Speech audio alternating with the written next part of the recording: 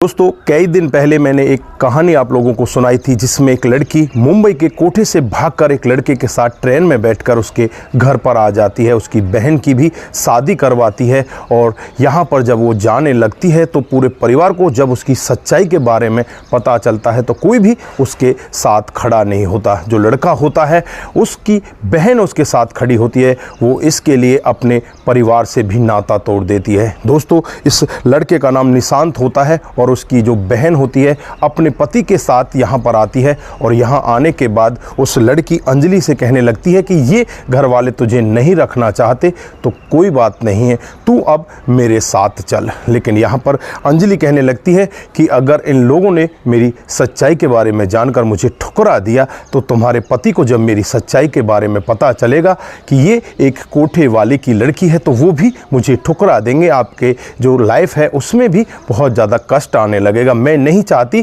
कि आपकी लाइफ में कुछ कष्ट आए। दोस्तों उसके बाद जो अंजलि होती है वो वहाँ से चली जाती है और एक लॉज ले लेती है। दोस्तों इसके पास जो पहले 5 लाख रुपए थे उस 5 लाख को ये निशांत के परिवार के ऊपर खर्च कर चुकी होती है। बस इसके पास 50 से 60 हज़ार रुपये की रकम बची होती है। उस रकम में से ये कुछ दिन के लिए उस लॉज में रहती है। लेकिन दोस्तों कुछ ही दिन का समय बीतता है और कुछ ही दिन के बाद जो अंजलि होती है उसके पास पैसा बहुत ज़्यादा कम हो जाता है। वो इस तरह से परेशान होने लगती है और उस लॉज को छोड़ देती है। दोस्तों वो वहाँ से निकलकर दिन भर उसी बाज़ार में घूमती है और शाम को एक चाय के खोखा पर जाकर बैठ जाती है। वहाँ बैठकर देखती है कि एक बुज़ुर्ग आदमी चाय बना रहा है। दोस्तों वहाँ से सभी ग्राहक चले जाते हैं, अकेली ये लड़की वहाँ पर बैठी रहती है। वो बुज़ुर्ग व्यक्ति भी इससे पूछने लगता है कि बेटी क्या तुम्हें कोई परेशानी है? तो यहाँ पर ये एक झूठ बोलती है और कहती है कि मेरे माता पिता एक रेल एक्सीडेंट में मारे जा चुके हैं,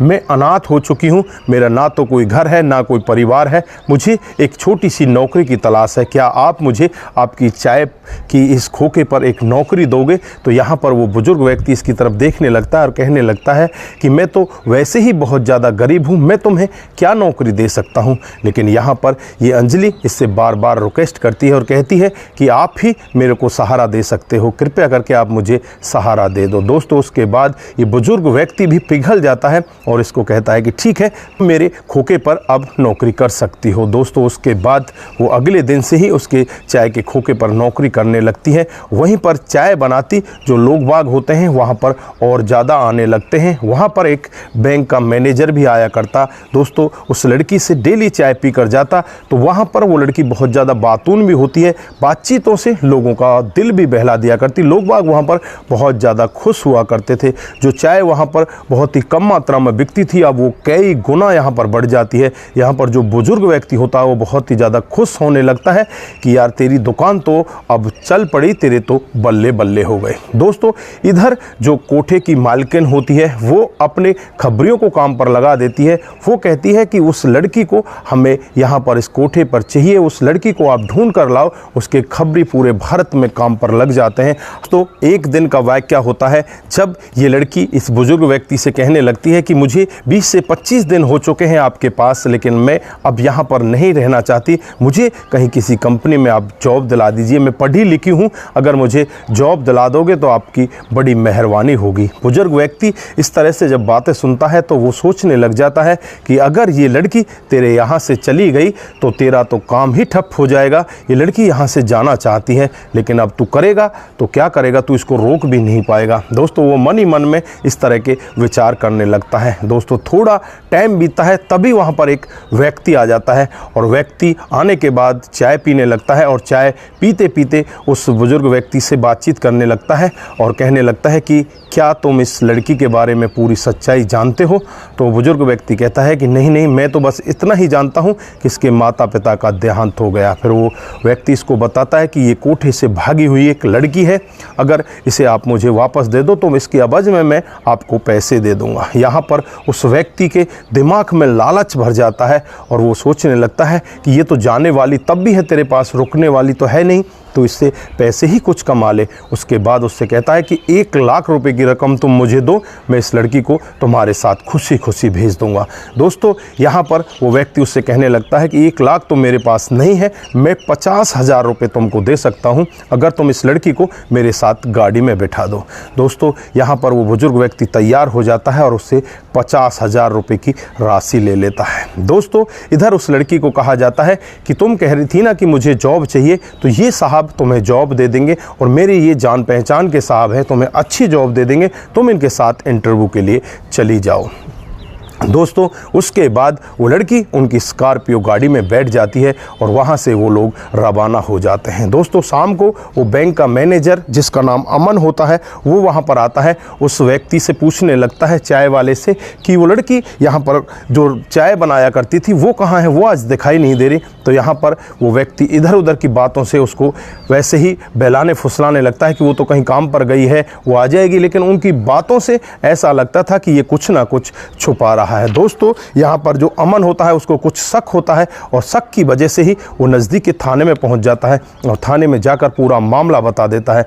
दोस्तों इधर जो पुलिस होती है बिना कुछ देरी किए हुए उस बुजुर्ग चाय वाले के पास पहुंच जाती है और जब उससे सख्ती के साथ पूछा जाता है तो वो टूटता है और ऐसा सत्य बताता है जिसे सुनकर पुलिस भी और अमन भी एकदम से हक्का बक्का रह जाते हैं कि वो लड़की तो उसने 50,000 रुपये में स्कॉर्पियो वाले इस नंबर की गाड़ी को बेच दी है। दोस्तों उसके बाद पुलिस उसको अपने पास ही रखती है और यहाँ पर पुलिस एकदम से हरकत में आ जाती है, अपने नेटवर्क को बढ़ा देती है और नेटवर्क को बढ़ाने के बाद 24 घंटे के बाद कानपुर से उस गाड़ी को बरामद कर लिया जाता है।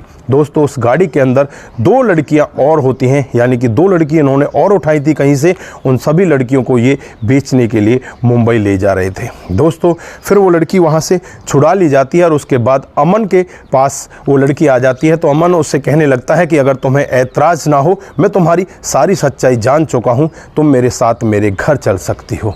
दोस्तों यहाँ पर उस लड़की की आंखों में आंसू आ जाते हैं और वो लड़की अमन के साथ उसके घर पहुँच जाती है। जब माता पिता लड़की को देखते हैं तो वो भी खुश होते हैं। अमन यहाँ पर अपने माता पिता को भी उस लड़की की पूरी सच्चाई, पूरी घटना के बारे में बता देता है, तो माता पिता भी उसे अपने घर का हिस्सा बना लेते हैं।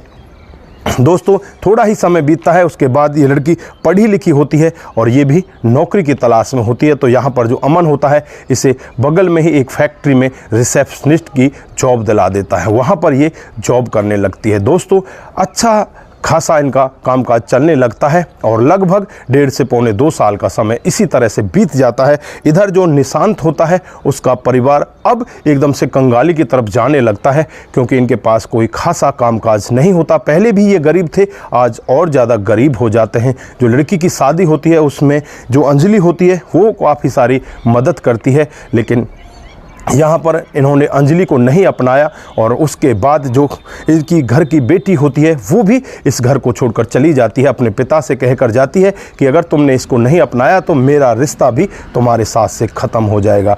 दोस्तों पिता इन बातों को सोच सोच कर इस तरह से परेशान होता है और उसे हार्ट अटैक आ जाता है, जिसकी वजह से उसकी वहीं पर मौत हो जाती है। दोस्तों घर में मातम छा जाता है। बेटी इनके घर यहाँ पर अब भी नहीं पहुँचती, पिता की मौत के बाद भी बेटी नहीं आती। यहाँ पर माँ भी बहुत ज़्यादा परेशान रहने लगती है। इधर जो निशांत होता है वो भी बहुत ज़्यादा परेशान रहने लगता है।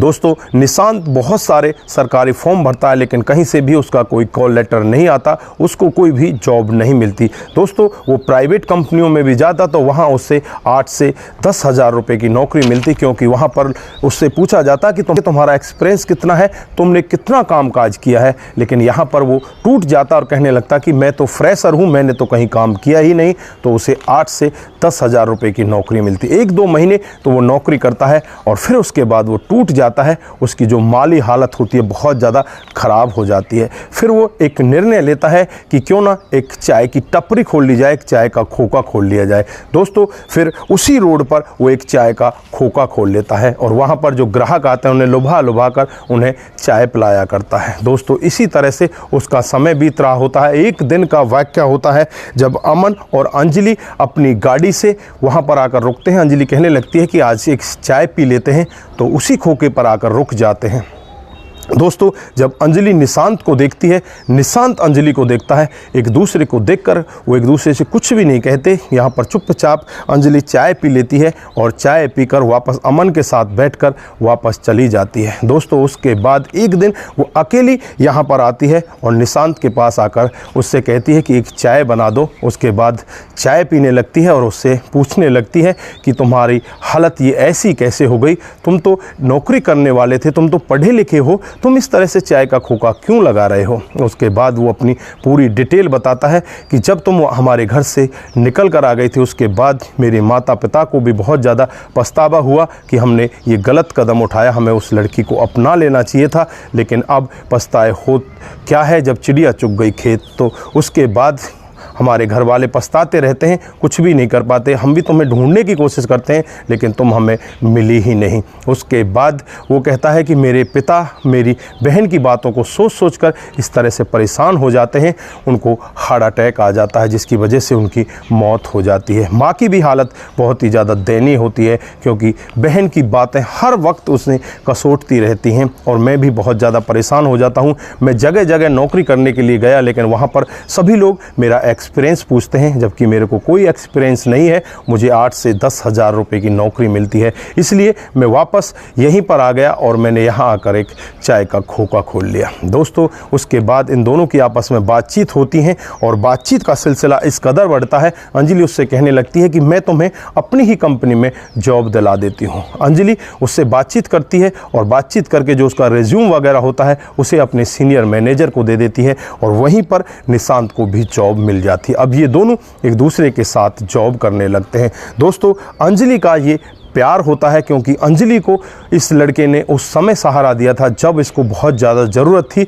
बाद में यहाँ पर अमन ने भी बहुत ज़्यादा सहारा दिया क्योंकि उसे अपनी फैमिली का हिस्सा बनाया। दोस्तों, एक दिन का वाक़या होता है, अमन अंजलि से कहने लगता है कि मैं तुमसे प्यार करता हूँ, तुम्हारे साथ शादी करना चाहता हूँ, क्या तुम राज़ी हो। यहाँ पर अंजलि भी उसका जवाब नहीं दे पाई, वो ना नहीं कर पाई। वो कहती है कि ठीक है, जो आपको अच्छा लगे वो सब कुछ ठीक है। लेकिन यहाँ पर अंजलि बहुत ज़्यादा परेशान होने लगती है। अमन भी देखता है कि अंजलि अब दिन प्रतिदिन बहुत ज़्यादा परेशान होती है, पता नहीं इसके अंदर क्या चल रहा है। दोस्तों, अंजलि को अमन एक दिन अपने पास बिठाता है और उससे पूछने लगता है कि मैं तुम्हारा दोस्त पहले हूँ, उसके बाद आगे कोई रिश्ता होगा, मुझे सच सच बताओ कि तुम्हारे साथ में हुआ क्या है, तुम इतनी परेशान क्यों हो। उसके बाद वो निशांत की पूरी कहानी उसे बताती है और फिर अमन कहने लगता है कि तुम्हारा पहला प्यार निशांत है, तुम उसी के साथ रहो, मैं भी अपने परिवार से बातचीत कर लेता हूं और तुम्हारी शादी उसके साथ कराता हूं। यहाँ पर जो अंजलि होती है अपनी आंखों में आंसू भर लाती है और अमन के गले लिपट कर रोने लगती है और कहने लगती है कि तुम जैसा इंसान मैंने आज तक इस जहां में नहीं देखा। दोस्तों, उसके बाद जो अमन होता है अपने घर परिवार में पहुँचता है, अपने माता पिता को पूरी सच्चाई बताता है और उसके बाद जो यहाँ पर निशांत होता है उसके परिवार में जाया जाता है। अमन का जो पूरा परिवार होता है बड़ी ही धूमधाम से अंजलि की शादी निशांत के साथ करा देता है। कुछ दान दहेज भी यहाँ पर ये पूरा का पूरा परिवार उनको देता है और बहुत ही ज़्यादा ये यहाँ पर खुश होने लगते हैं। दोस्तों, जो अंजलि होती है उसे उसका पहला प्यार मिल जाता है और जो अमन होता है वो यहाँ पर इसकी बहुत ज़्यादा मदद करता है। तो वो पूरा का पूरा परिवार अब हंसी खुशी रहने लगता है। तो ये थी आज की हकीकत की पार्ट नंबर 2 की कहानी। आप लोगों को कैसी लगी, यहाँ पर आपको किसका किरदार ज़्यादा अच्छा लगता है। दोस्तों, यहाँ पर अंजलि ने जो किया क्या उचित था या अनुचित था, अंजलि को अमन के साथ शादी करनी चाहिए थी या निशांत के साथ जो उसने शादी की वो उचित थी। आपकी क्या राय है, आप जो भी कहना चाहते हैं एक बार कमेंट बॉक्स में ज़रूर कहिए। दोस्तों, आज के लिए बस इतना ही, फिर मिलते हैं किसी नए मोड के साथ। तब तक के लिए आप अपना ख्याल रखें, परिवार का ख्याल रखें, सतर्क रहें, सावधान रहें और अपना ख्याल जरूर रखें। दोस्तों, आप लोगों को हमारी ये कहानियाँ जरा सी भी प्रभावित करती हैं, जरा सी भी अच्छी लगती हैं तो दोस्तों के साथ जरूर शेयर करके जाइए। दोस्तों, आपका शेयर हमें आगे बढ़ाएगा और इसी तरह से सस्ता पर आधारित कहानियाँ आपके साथ हम शेयर करते रहेंगे। दोस्तों, अपना ख्याल जरूर रखें, अपने परिवार का ख्याल रखें। नमस्कार, जय हिंद,